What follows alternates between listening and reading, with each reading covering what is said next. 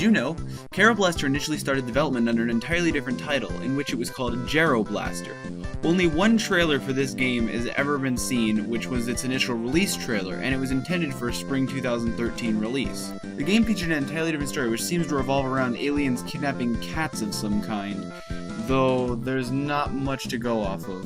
As we can see in the trailer, some kind of electricity mechanic was in use at some point, as enemies seem to drop small yellow lightning bolts, and they seem to be stored and counted at the bottom of the interface. The only other screens of the game that were ever shown beyond the trailer were posted on GameSpark.jp on May 28, 2013, and show that the game had progressed in the 2 months since the trailer. We'll get to looking at these in just a couple minutes. In an interview with Destructoid, the creator of the game Daisuke Meiya was asked the following: what are the biggest differences between Gero Blaster and Kero Blaster? In response, he said the following: it became a completely different game. The only bits left over were the frog as the protagonist, some characters and some controls, but the weapons, maps, and story are all completely different. Interestingly enough, however, this isn't exactly true. A look at the trailer shows that the upgrades in fact were different, but the base weapons appear to be the same, being the pea shooter, the wide, the flame, and the bubble. In another screenshot from GameSpark, we can actually see another weapon, which appears to be a type of missile launcher. This, however, is actually in the data for Kero Blaster and can be obtained through the use of editing scripts. I've actually done a video on this, and I'll leave an annotation on the screen if you want to go check it out. Another interesting thing of note in this screenshot is that the protagonist appears to be standing in some kind of shop, and interestingly enough, there doesn't seem to be any coins, so there's a good chance that the electricity is the currency in Gero Blaster. Now we're going to be looking at the internal files of Kero Blaster and seeing what sort of unused things we can find and if they have any relation to Gero Blaster. What we see in this image is likely what Daisuke Meiya used to set down entities when he was finished building maps. In the third column of the 7th row we see a UFO, which appears to be very similar to the one shown in the Gero Blaster trailer. 2 rows below that we see an enemy that appeared in Gero Blaster and is likely the most basic form of alien, as many of the other alien designs appear to be based off of this one.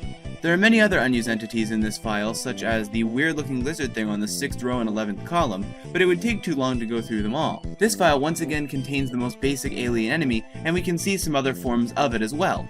And here's a quick screenshot of the trailer, which shows this enemy in action. In this screenshot, we see the unused finalized icon of the missile launcher, which does differ in appearance from Gero Blaster's slight bit. In this file, we see the projectile sprites for both the missile launcher level 1 and level 2. If you look to the right of the center of your screen, you'll notice some green flames, which very well could have been a further upgrade for the flame weapon. Upon closer examination of this file, we see a weird-looking purple version of the wide weapon, and I'll get to more on that in a minute. This file contains a ton of interesting information. In the top left corner, we see the sprite icons for each level of the weapons. It could be that Daisuke Meiya was planning on having every weapon have 4 levels, or they could merely be placeholders. Perhaps more interesting is that the pea shooter was actually intended to have a 5th level. Its sprite can be seen here below the laser Uzi, and when shot, it shoots out a purple-colored wide projectile, which explains why that's in the last file. While the weapon is not legitimately obtainable in the game, it can be obtained through the use of hex editing your save file, and I actually did a whole video on how to obtain it, and I'll leave an annotation on the screen if you want to go check that out. This file also has many leftovers from Gero Blaster, as it has a key,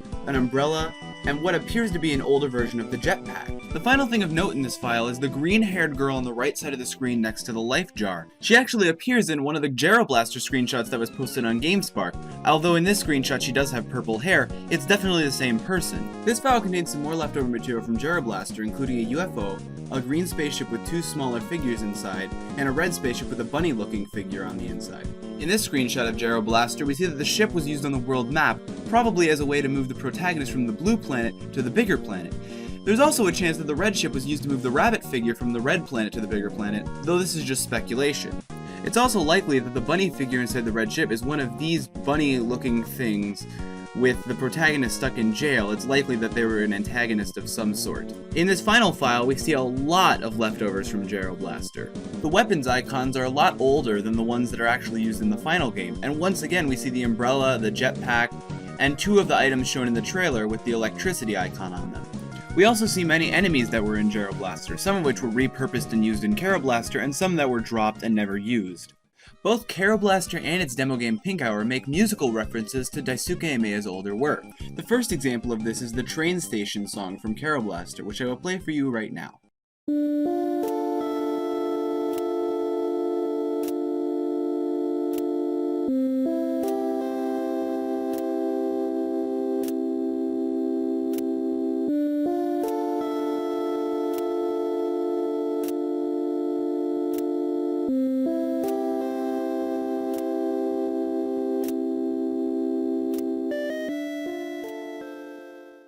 If you weren't able to figure out what it was a reference to, that's okay, because right now I'm going to play for you the original song.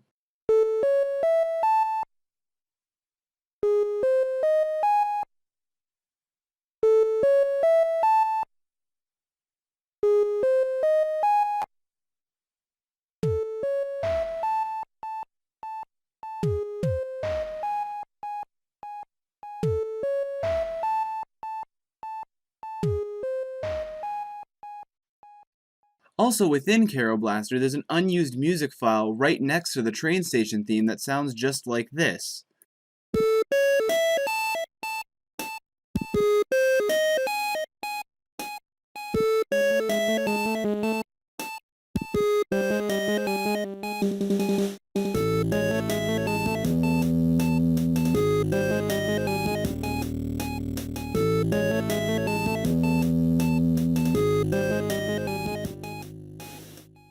This makes the reference even more obvious. The next music reference in Kero Blaster is when fighting the president's first two forms, which goes like this.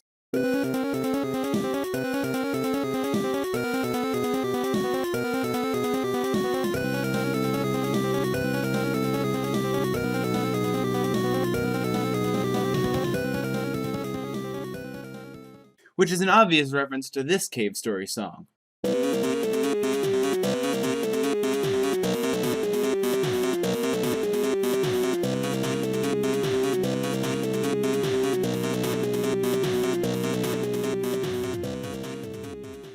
Pink Hour also has two music references as well, and I'm going to get started playing one right now.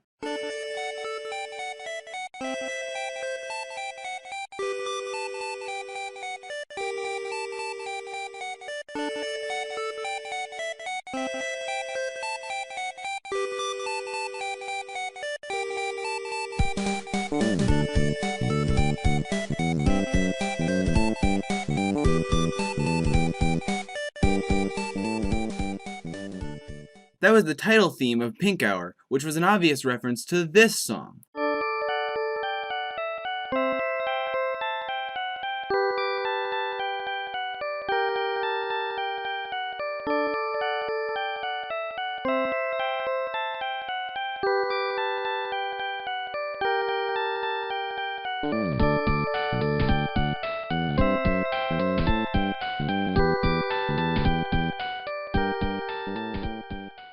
Which of course was the trailer theme of Gero Blaster. The final musical reference of Pink Hour is rather small and probably not noticed by many, but I still think it's pretty cool.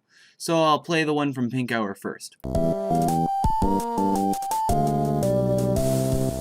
This is actually a reference to the Game Over theme from the iPod port of one of Pixel's older games titled Azarashi. The original didn't have this one, but the iOS version did have this as the Game Over theme, and I'll play that for you now.